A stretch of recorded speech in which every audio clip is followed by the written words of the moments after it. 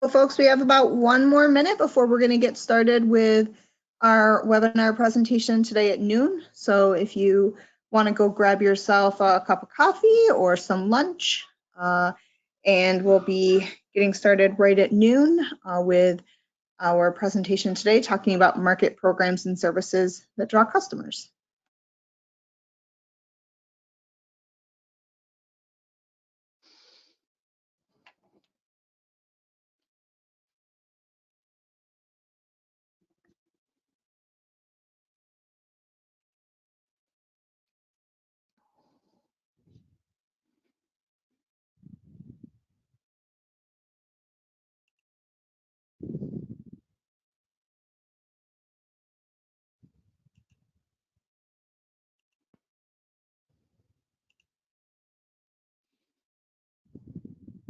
We are at 12 o'clock, so we are going to get ourselves started this afternoon. I want to welcome you all to our next presentation in the 2020 presentation, Adapting Farmers Markets to Match Consumer Trends. The program today will focus on programs and services that draw customers. Just a few housekeeping details for those of you that this may be your first webinar with us. You've all entered in listen-only mode. This will help us minimize the background noise for those attending today, as well as those who are listening to it as a recording.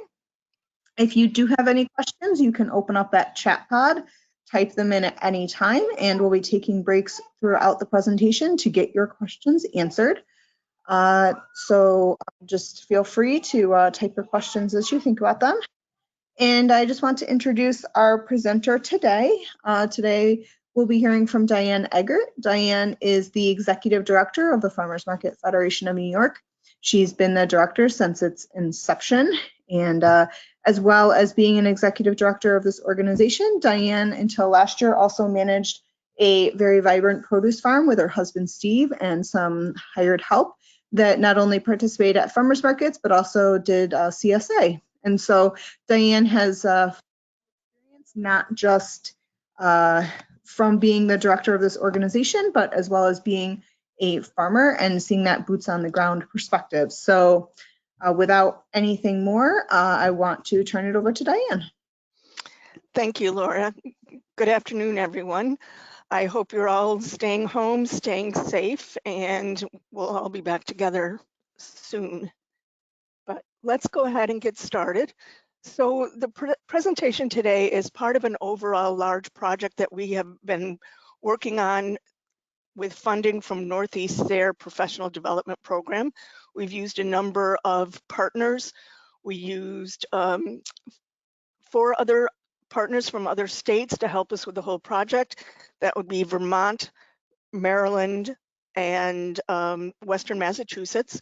And then we used Cornell University's Charles H. Dyson School of Applied Economics and Management to help us conduct a large-scale consumer survey and then analyze the results for us.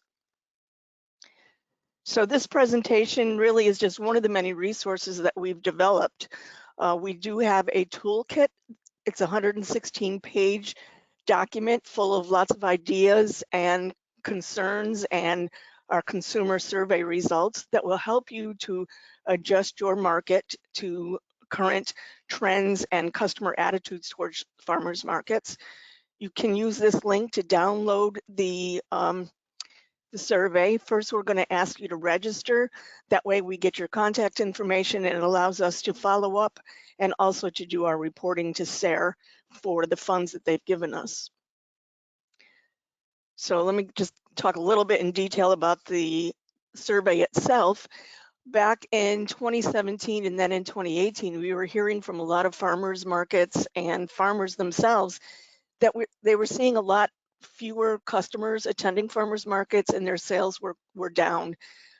Some farmers talked about 35% decrease in sales. Some indicate as much as 70%. A couple even said that if this persisted, they didn't foresee that their farm would survive. So we knew we had to take a serious look at this.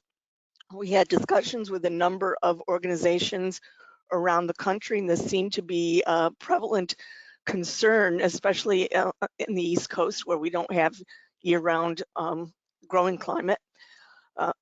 We all had our ideas on what the problem was, but none of us really had the answers.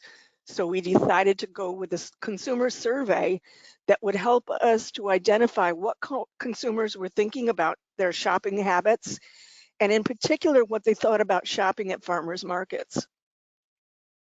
So again, we undertook this survey. We partnered with the 4 states, New York, Western Massachusetts, Maryland, and Vermont.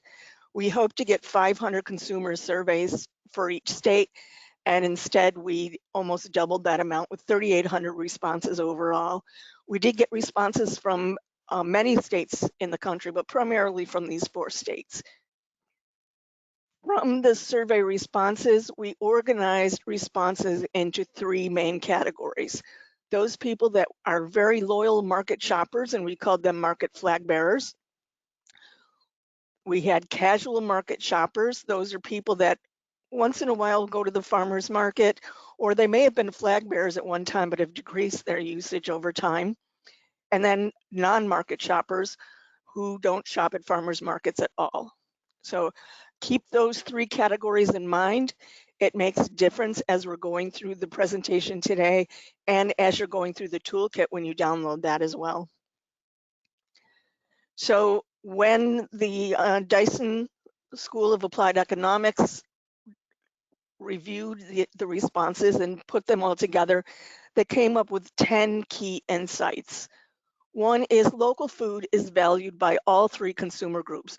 So everyone appreciates local. It's just a matter of where they're going to find it. Convenience is king. I don't think that's a surprise to anybody. Customer service is very important to all consumers. Perception remains that farmers markets are more expensive than other channels. Pricing at farmers markets needs to be displayed at all times. Customers really want diversity, not just of products, but of vendors as well. They don't want to see exclusivities for a product line. They want to have a choice. Farmer and customer relationships are not motivating for all at farmers markets. While it is critical for flag bearers, the other 2 groups really don't think of the farmer-consumer relationship as drawing them to the farmer's market. This one I think was the most surprising of all as we've gone through the last several years under the Know Your Farmer, Know Your Food campaign. We found that many people are intimidated by farmers for one reason or another. Shopping directly with farmers is not a comfortable feeling for many. Many people believe that farmers markets should be environmental stewards, and not just environmental stewards, but they should be leading the pack. Okay, they should be out in front of environmental efforts. And customers want to feel like they're important and that shopping at farmers markets is going to be a pleasant experience for them. Okay, again, we used the Dyson School of Applied Economics to help us analyze all those responses. And from there, we developed the toolkit. This is a written guide that focuses on 4 main areas: marketing, programs and services, enhancing the experience, and from the farmer's perspective. What we did is coalesced all kinds of ideas on how we could adapt our farmers markets to today's customer. The guidelines that are in this toolkit are suggestions, they're examples, they're not the silver bullet. Every market is different, every community is different, and you're going to need to determine what will work best for your community base. We also want you to understand that these are just ideas.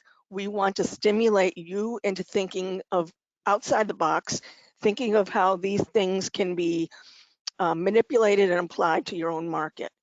We also want you to understand that it is an investment. You will have to put out resources, whether it's time or funding, to make many of these different ideas happen. But it's critical that you do expend some of those resources, determine what will work best for you, what you can accomplish with the resources you have or the partnerships you can create, and then work towards creating those ideas for your market. Okay, so today what we're going to talk about is programs that will help you to draw new customers to your market, give them a reason to come and a reason to learn that shopping at your farmer's market is an experience they want to continue with. So we all know convenience is king. This is not a surprise to anyone. We can see this happening at farmers markets. We see it at farmers markets. We have to look for ways to be convenient to customers, but think about the different customers in your community. They're busy, they're running errands with kids, they're running, they're going to school, they're going to work. They've got a lot going on, so they need to find shopping methods that are convenient to them. So it might mean that they need more of a one-stop shop. So they're looking for shopping venues that will give them the opportunity to pick up their prescriptions, or visit an ATM to get out some cash, or be able to pick up the products that you don't find at a farmer's market, like paper products. They also are time crunched in that they're looking for opportunities that will maximize the time they have. Look at supermarkets now, they're open 24/7. They're looking for the opportunity to shop when it is convenient for them. And we're also seeing a lot of supermarkets now extending into home delivery or shop online experiences. So supermarkets are doing a really good job at finding ways to be convenient to consumers. The question is, how can farmers markets compete with that? We can't duplicate the 24/7 shopping, but there's a lot of things that we can do that will mimic some of those convenience factors that these big box stores are doing. So one of the things that we were looking at is boxed meals. Okay, we see HelloFresh and Blue Apron have made some inroads into customers' lives. They're delivering a meal kit right to customers' doors. They're prepped. They're including a recipe that's easy to follow. It's very convenient. So we found the Oneida County Public Market in Utica found a way to create box meals for their own customers to try to mimic some of that convenience factor. So they started out with an all local Valentine's dinner. It was using all of the foods and vendors in their farmers market. They created an online opportunity for people to order it, pay for it online. And then when it came time to pick up, volunteers in the market aggregated the food, created the boxes, and was there for customers to come into the market and pick it up in one easy location. So again, it was very convenient for customers. They used a social media campaign to build awareness for it and help to push their sales. So what happened was there was a number of consumers who didn't really think about something like a Valentine's Day dinner, something special that could be put together at a farmer's market. So it taught them about the market, brought them into the market, and helped to really showcase what a market could do. This, of course, it did take some funding. There were costs involved in putting together the online market.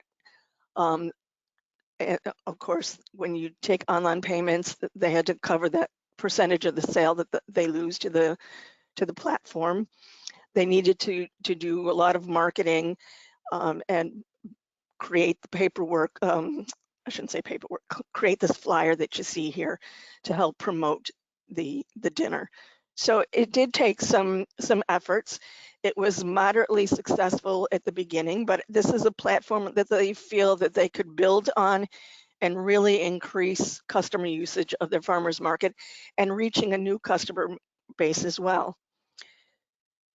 So for some people, creating box meals, that's really a little bit more labor intensive than they can handle. But bundling is something you can do. It kind of mimics that whole sort of thing. It can be done by individual farmers or by groups of farmers working together, where they use their products to create kits. So it could be things like a pizza kit, a lasagna kit, a salsa kit, where the customer can find all the products together along with the recipe in one easy to grab purchase. So again, you can use multiple farmers working together, or an individual farmer can put it together on their own. It's creative, but it also functions with a bit of convenience for the customer. Mobile markets are another opportunity to be convenient to your customers. There's many people that find transportation to be a challenge. They might not be in an area where there's a lot of public transportation. They don't have a car, whatever the means are. Getting down to the farmer's market, even getting to a supermarket might be difficult. A mobile market actually brings the market out to the customers. So it's using the farmers in your market. You can aggregate product, you can buy it wholesale and then resell, or you can sell it on consignment for the farmers, but you're taking the farmers' food direct to the consumers out in the neighborhood. So you use a route that might include short stops, like 45 minutes or an hour-long stop, and then you move on to the next location. Some of the locations might be things like senior centers, community centers, low-income housing. These are some of the kinds of stops that I've seen typical to mobile markets. Then the market can be brought in. It can be brought in a pickup truck, whatever vehicle you have. You can set up tables and showcase all the product. You might be lucky enough to be able to get a hold of a truck that you can retrofit with shelving to be your display. Some of those trucks will have displays that you can open up and people can shop from the outside. Some of them have shelving built inside. You can open up the back door with a ramp and customers can actually enter the vehicle to do their shopping. But it eliminates the issues of transportation, eliminates parking, brings the products directly to the consumers. So again, it's another way to be convenient. Online storefronts are another example, and we're seeing this exploding over the last 2 to 3 weeks with the idea of social distancing and upcoming market season. So if you can create an online storefront, and there's a lot of apps that are already built that you could use, you're allowing your farmers to put their product up on this platform, and customers can shop 24/7. They can pay online, and then they pick up at the market. So farmers can aggregate the products and have it ready for customers come to the market and pick up. It's very convenient. The customer doesn't have to shop around. It's convenient because they can shop at their leisure, and it helps the farmers by generating those sales, and they come to the market already knowing they have some guaranteed sales. So again, it's a very convenient method of shopping that very much matches the environment that we're in right now. So before I go on to the next, let me open it up to Laura. Do we have any questions that need to be answered? Yep, we just have one right now, but we'll give people a few minutes while we're reading this out. So someone said, I'm so appreciative of this work and information you conducted. However, it is difficult for me to think about our regular market functions during this coronavirus pandemic.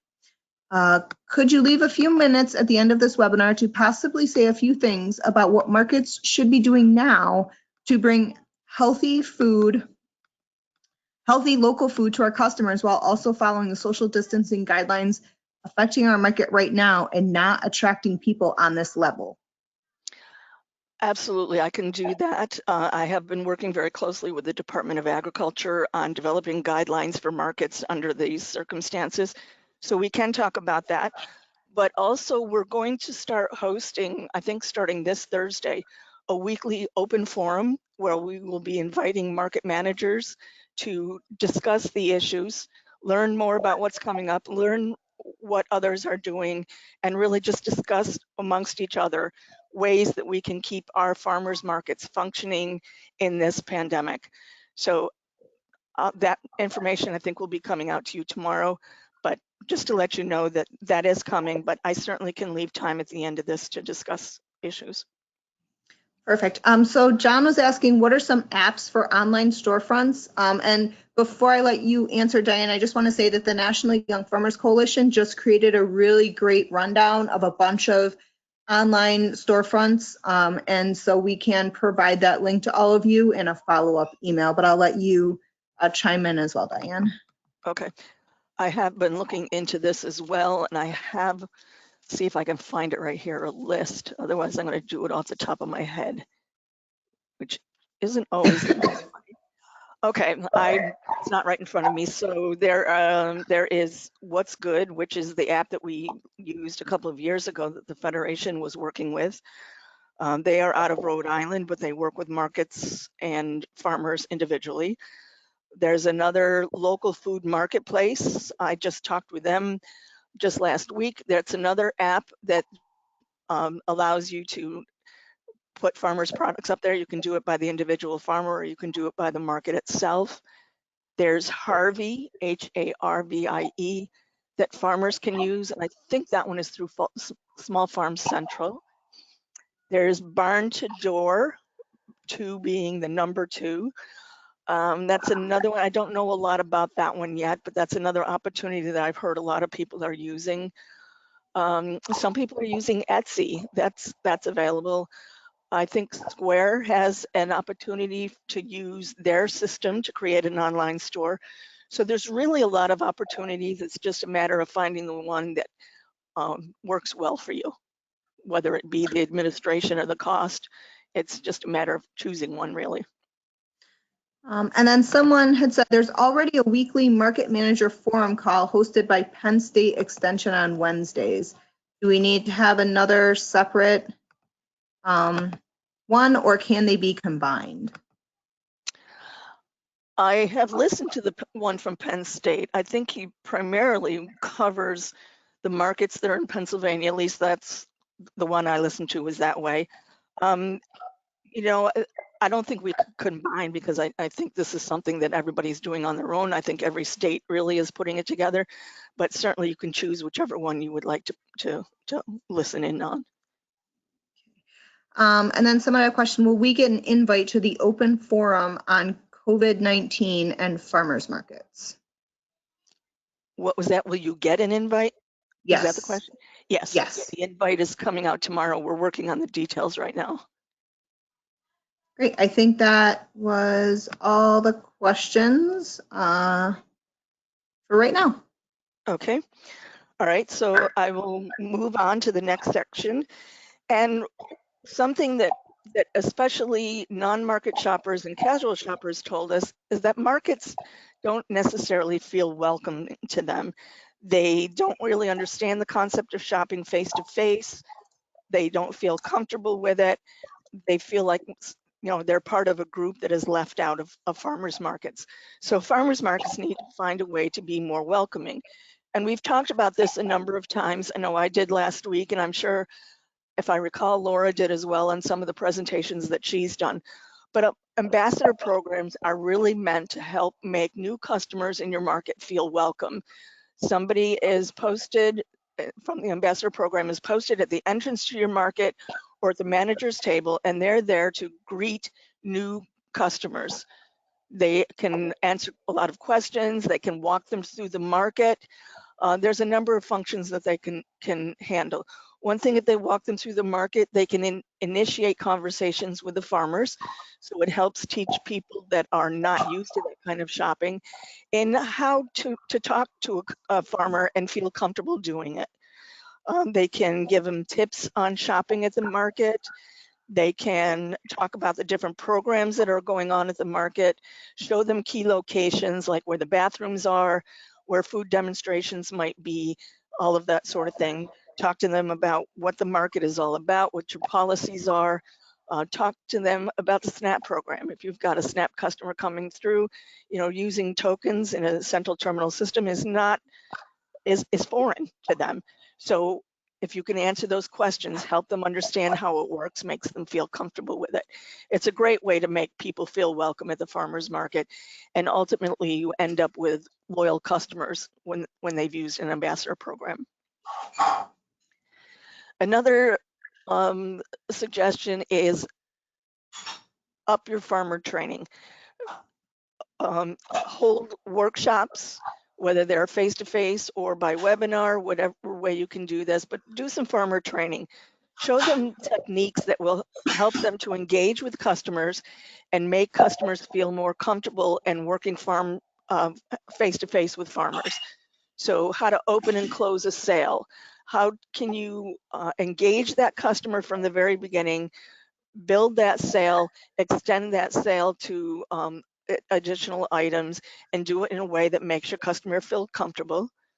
Maybe sensitivity training. There's some farmers, well, let's face it, there's some people, no matter who they are, who could use a little bit of training and how to work with different groups of people, whether it's SNAP customers, different races, different ethnicities. Sensitivity training will help farmers to understand how best to relate to different customers. I like to use the 10-4 rule. That is, when a customer is 10 feet from my table, I try to make eye contact with them or engage them in some manner. Then when they're 4 feet from my table, I greet them.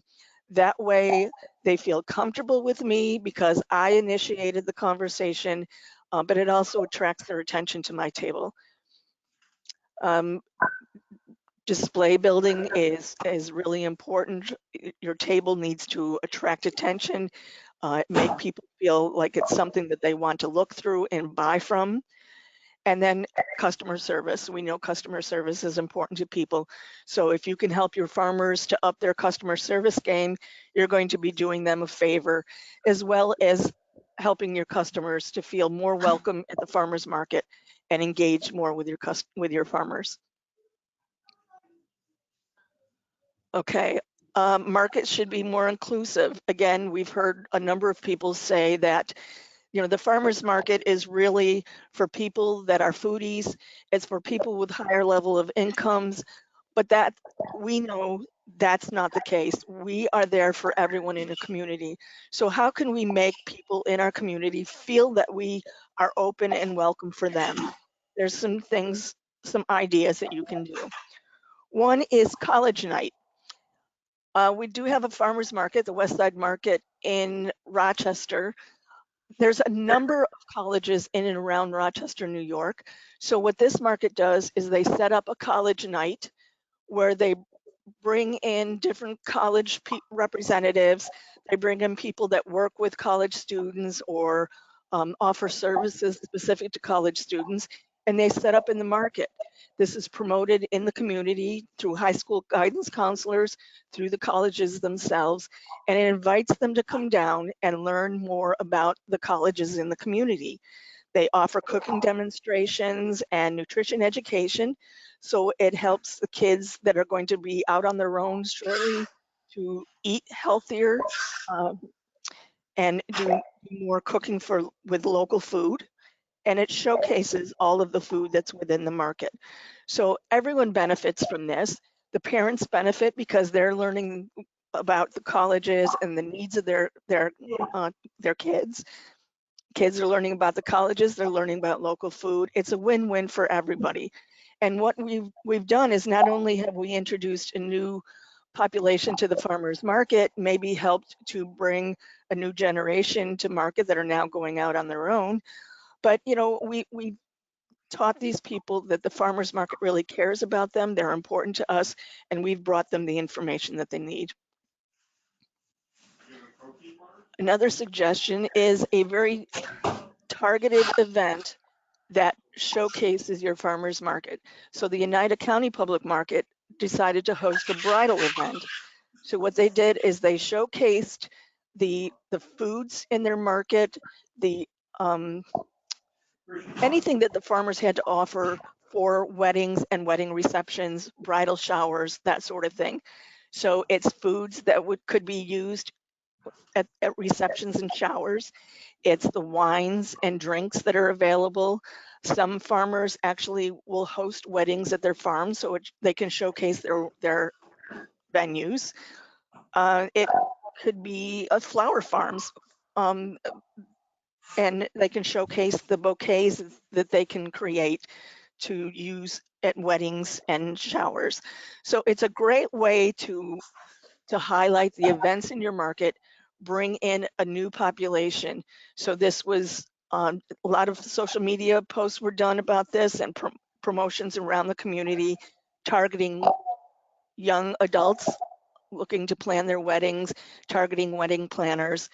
So again, it brought in a whole new group of consumers, showcased what the market had to offer, really promoted the idea of local for farmers, for weddings, and created a new group of loyal customers by reaching those specific targets.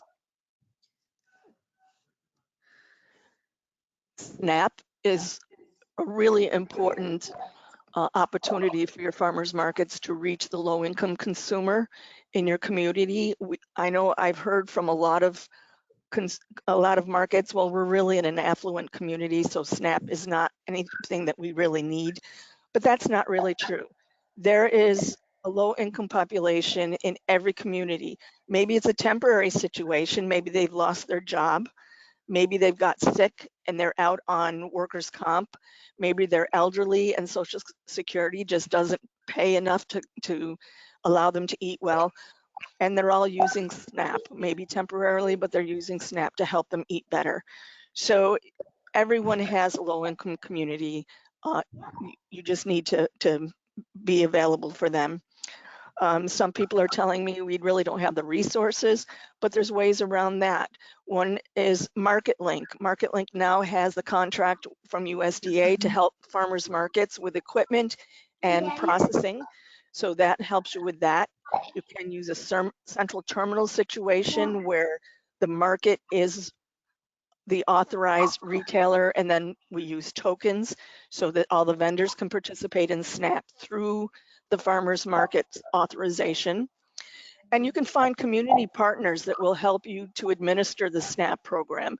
We've seen many organizations that will come in and administer the SNAP program in the market for the market, and in some cases they actually own the program and they just do this as a benefit to their farmers market. So there's ways around all of these issues.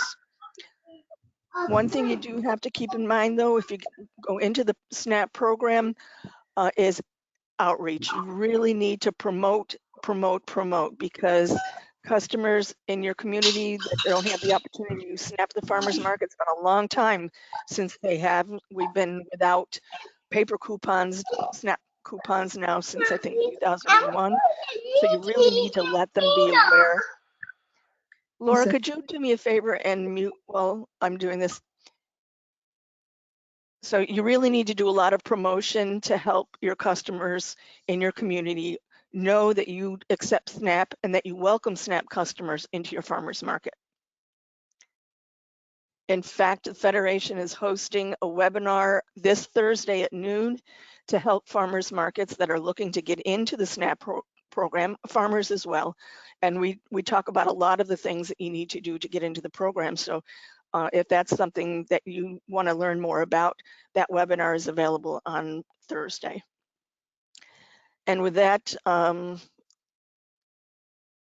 going to open it up again. Laura, do we have any questions? We do not have any. Oh, we do have just a comment that volunteers from someone's local food pantry promote SNAP and provide to run the booth at that market.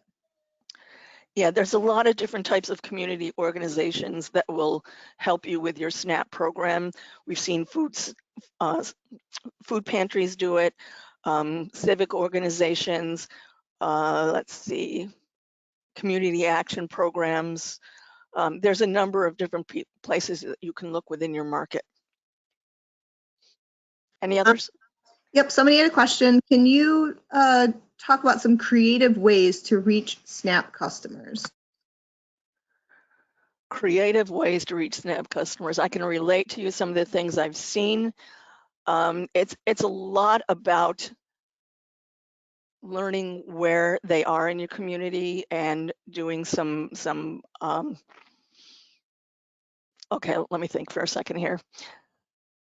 Some markets will actually go into community centers and low-income senior centers, and they will do a presentation about the SNAP program to help encourage people to come into the farmers market. Sometimes they play a bingo game there are SNAP bingo games that you can use So they're playing games with them and they're learning about the foods at the market while they're playing. And when they win, they're given tokens to use at the farmers market. The Rochester Public Market did a lot of promotions in Rochester to encourage SNAP customers to go to farmers markets. They did a lot of things like postering.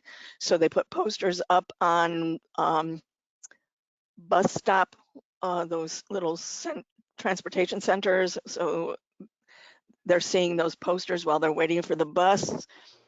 Let's see, what are some other things? Bus rails.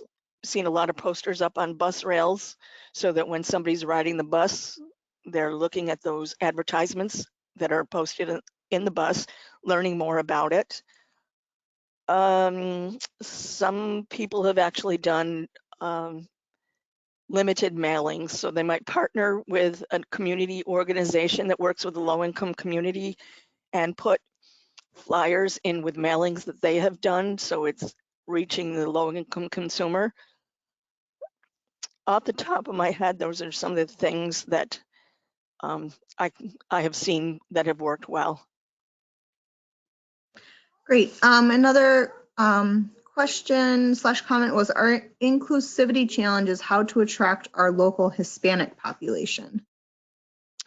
One of the things you can do is make sure that you have products in your market that are key to their religious holidays, key to their their cultural meals, and make sure that you promote the heck out of that you have that in their market. Go out to their community centers. I know there's a lot of communities that have high populations of different ethnicities, have community centers around each of those groups. Go out and talk to them, make arrangements to go in and do a presentation where you can talk about the foods that you have in your market that they would be interested in, talk about the SNAP program and other things that you have going on in your market that would be of interest. I would do direct outreach, go out to their community and talk to them. I know in Syracuse where I am, we have a radio station that is Hispanic. Can you make arrangements to be on there and talk to their listeners about the market and the foods that you have in their market, or put advertisements in Spanish speaking publications, newspapers and that, which I know we have here in Syracuse, and I'm sure they're around in a number of other communities as well. But I would go right directly to the community. And then we had a question right now with 6-foot distancing and not being able to have customers touch products. This makes it difficult to sell certain types of products. As a sheep and poultry producer, I don't have difficulties with meat or eggs, but have not even been bringing my fiber products to the market. This is not economically sustainable. Any suggestions on how to vend such products at farmers markets while this situation continues? That's a significant challenge, and I'm hoping that we're going to be having to do this for a brief amount of time.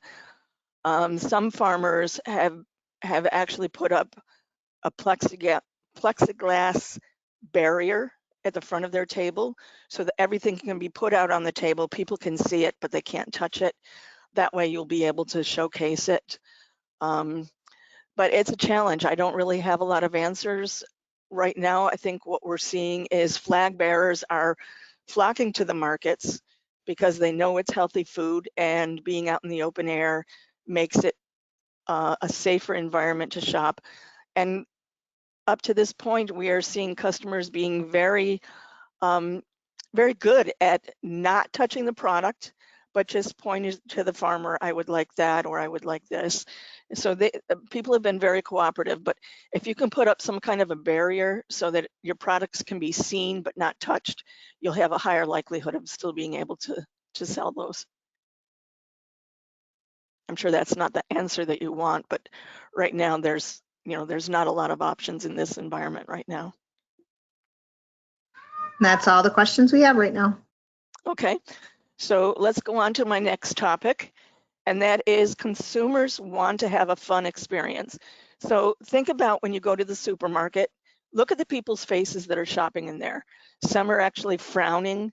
Some just have this, grim determination look on their face.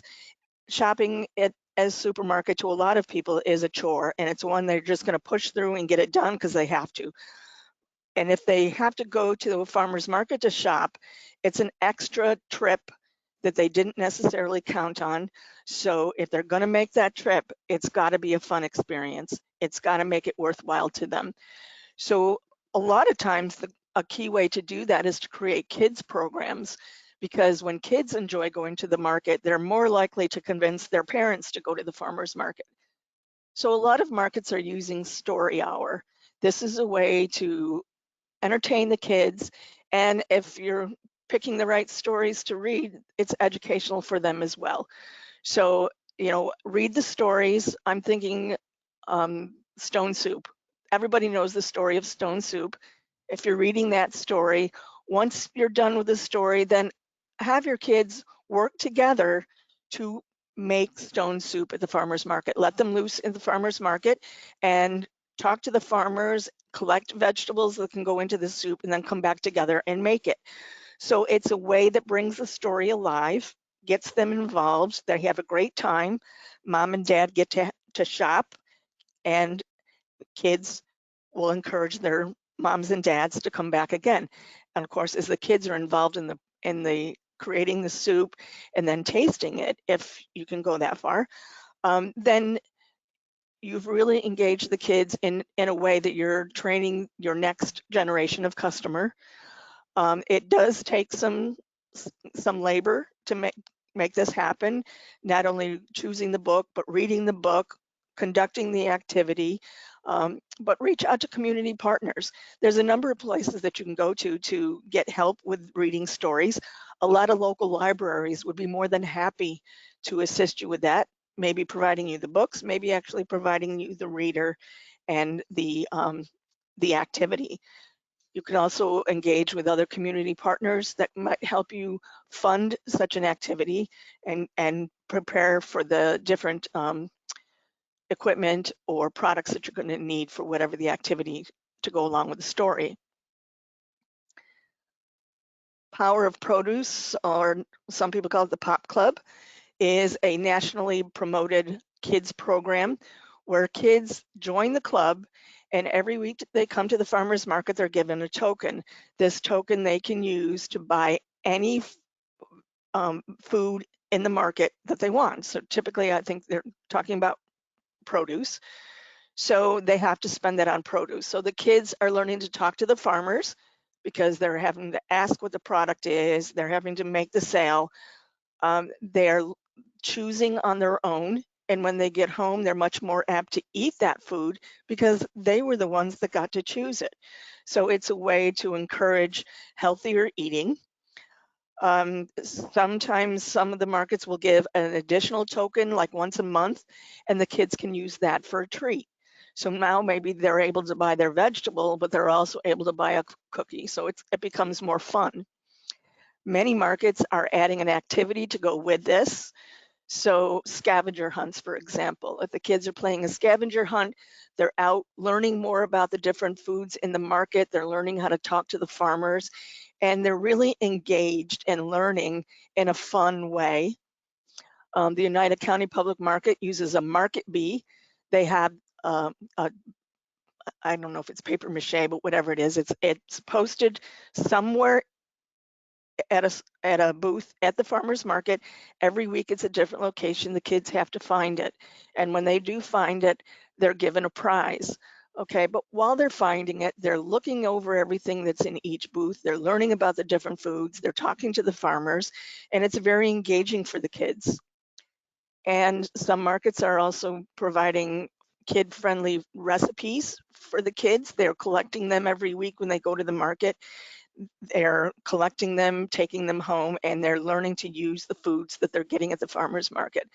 It's a great way to educate the kids on food, get them involved in the purchasing, and then much more likely to eat that food. So again, we're training our next generation of customers, and those kids are bringing their parents week after week because it's fun, they enjoy it, the parents get to shop, and it's a fun opportunity, fun experience for everybody.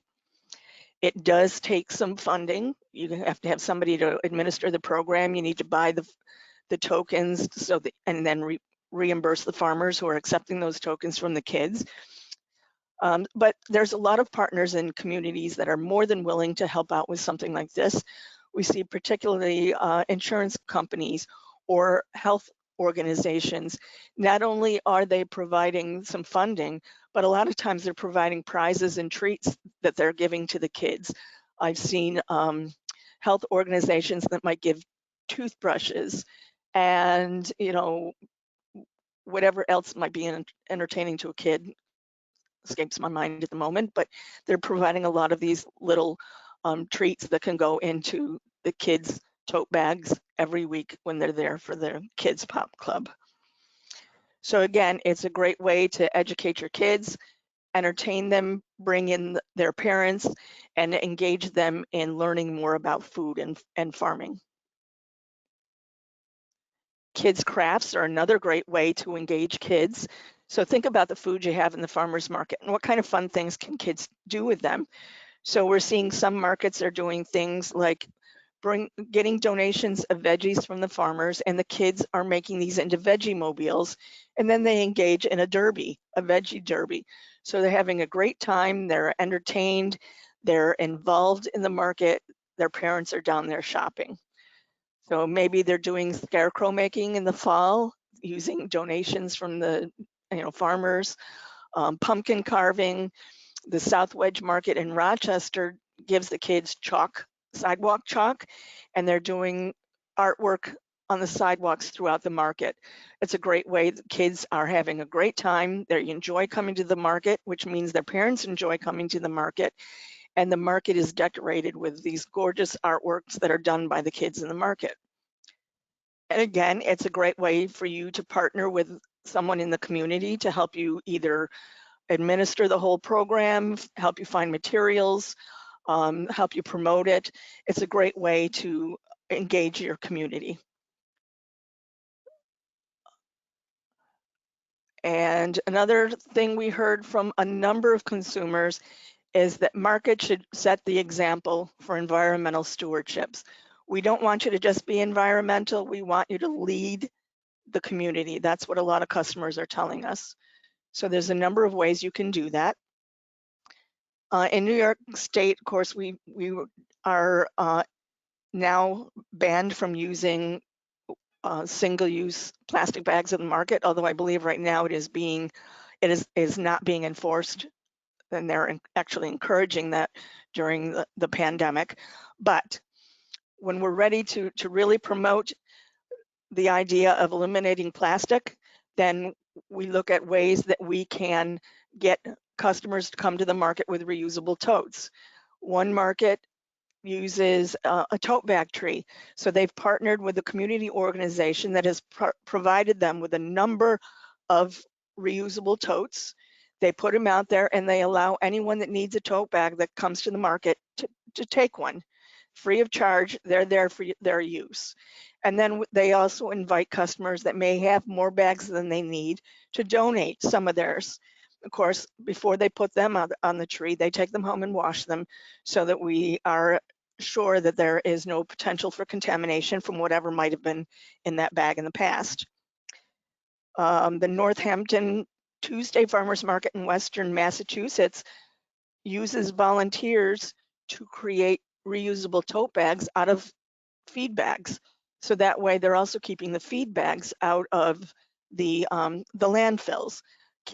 People have a good time making these tote bags. Some are doing it themselves, some are volunteers doing it for others, but they're able to get the community involved in these reusable tote bags. So again, it's a win-win, communities involved, and products are left out of the of landfills. Another opportunity you could look into is product donations. There's a number of organizations in most every community, whether it's food pantries, soup kitchens, or rescue organizations that are always looking for donated products. And you can partner with them to take the leftover foods from the farmers market and put them into their food pantries or wherever they're going with this. It promotes the idea of getting local foods to those that are using food pantries to get their foods. It keeps those foods out of the landfills, and it creates really goodwill within the community for the farmers markets because you're helping to feed those who need some assistance, and you're building that relationship with these community partners.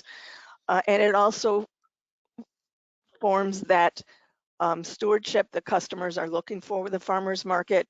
You're leading the effort in keeping product out of the landfills. Some of these organizations will actually come to the market, and at the end of the day, they will pick up the donations from the farmers, or it might be that you collect the donations from your farmers and then drop them off at the food pantry on your way home that day. Either way, again, it's creating goodwill in the community. And there's other markets that are taking the donations to a whole nother level, and they're creating recycling and composting programs. Okay, so this really involves the community. So what they're doing is they're partnering with recycling and composting customers to come to the market and pick up recyclables and composted foods. And they're inviting the community to bring their table scraps, to bring their fabric scraps, textiles, used clothing, whatever, to the farmers market. And then they're partnering with these companies to turn food scraps into topsoil. They use the clothing and the textiles to put into a secondary market. Maybe it's a Salvation Army store for the used clothing. Maybe they're recycling the textiles to create other products. But it's a great way to really involve your community into recycling and composting, and again, leading your community in environmental stewardship. Now, this one isn't something that every market can do. It takes a tremendous effort to create those partnerships with the recycling and composting customers. It takes a lot of promotion and education to your community members so that people understand what can be recycled, what can be composted, where to bring it to the market, when to bring it to the market, and how best to bring it to the market. So it is a big endeavor, but it pays off big in that you're involving the community in your efforts, in your composting and recycling efforts. So they're coming to the market every week to bring their table scraps, and they're really looking at the farmers market as the leader for this effort, and they're rewarding the market and their farmers by becoming loyal customers. So Laura, do we have any questions? Let's see.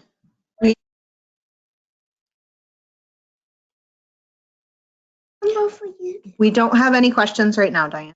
Okay. So that was the last of the suggestions that I have under programs and services. Again, that doesn't mean that that's all the ideas there are. This is just meant to stimulate your own thinking. Are any of these things that you can adapt for your own market, or are they triggering ideas in your own mind? Again, we've developed this toolkit. It is available at this link here for you to download. You're welcome to use anything on there, but on this toolkit, not only are there all of these ideas, but there's resources to help you develop them further. There's contact information for some of the markets that are using some of these ideas that you can contact them for additional information. So again, it's all there. It's meant for you to use to help to adapt your markets to today's consumer trends and consumer needs. So I want to thank you again for participating in today's webinar. We do have one more webinar in this series, and that is next Tuesday, where we're going to be talking about, from the farmer's perspective, things that farmers can do themselves to make them more customer friendly to what customers want for today.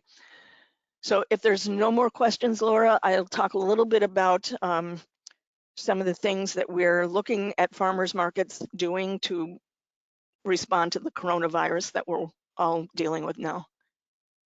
Yep, that would be great. And I think if you can just reiterate about the invitation that will be coming out tomorrow for later in the week. Okay, so we are seeing a lot of the winter markets still open, still running at this time. The governor's office has declared farmers markets as an essential business. We are a key component of the food supply and recognized as such. However, it is up to you to find a way to make your community safe. So we are getting hand sanitizer to be distributed to farmers markets. Some of the markets already have gotten supplies on their own, so we're making that available. We are looking at ways we can continue with social distancing at the farmers markets. So a number of things that are being done is, one, you're going outside. Your winter market may have been indoors, but you need to move outside. You need to be in the open air. You need to move your farmers a distance from one another, at least 6 feet away from one another. So there's that distance. You're encouraging your customers to come in, do their shopping and leave, do not linger. So you're eliminating opportunities for people to linger at this time. So you're not doing social programs, you're not doing food demonstrations, you're not doing sampling, you're not doing busker programs. So you're encouraging your customers, come in, do your shopping and go. You're encouraging them to come in, one per family. We don't want to see the whole family come out. You're encouraging them not to touch the product, to only allow the farmers to touch the product. And farmers are all wearing gloves that are changed frequently so that they're not becoming soiled or they're not transmitting the virus from one transaction to the next. You're asking your farmers to segregate duties behind their table. One person is collecting payment, the other person is bagging product. You're asking them to do a lot more online.